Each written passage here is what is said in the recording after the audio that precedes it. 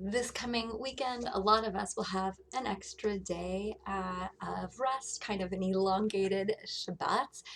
That is Labor Day before we kick off our return to school and to work and to the new year, certainly on the Jewish calendar. But I wanted to talk just a smidgen about the Jewish relationship with Labor Day and labor unions in particular. And so I wanted to share with you from an article from the museum at Eldridge Street called The Jewish Roots of Labor Day. It's written by Eva Brun.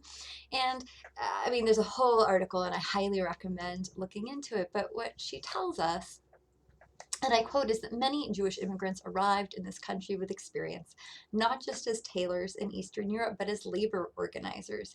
Even before they arrived in America, Jewish weavers orchestrated a strike in Białystok, Poland in 1887.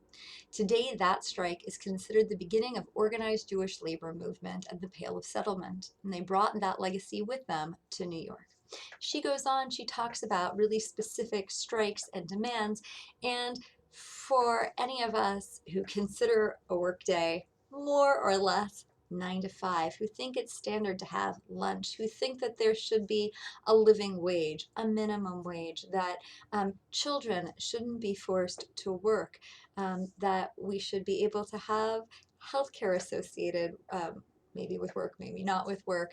But all of these things that we sort of think of in the modern world as rights when we work, they all had to be fought for. And a lot of the people, not all of them, but a lot of the people who fought for those rights and those dignities are our Jewish ancestors, and not that long ago necessarily. And so when we think about protecting workers, giving them PTO, thinking about equity between men and women in the workplace, between white people and people of color in the workplace, when we think about adequate childcare.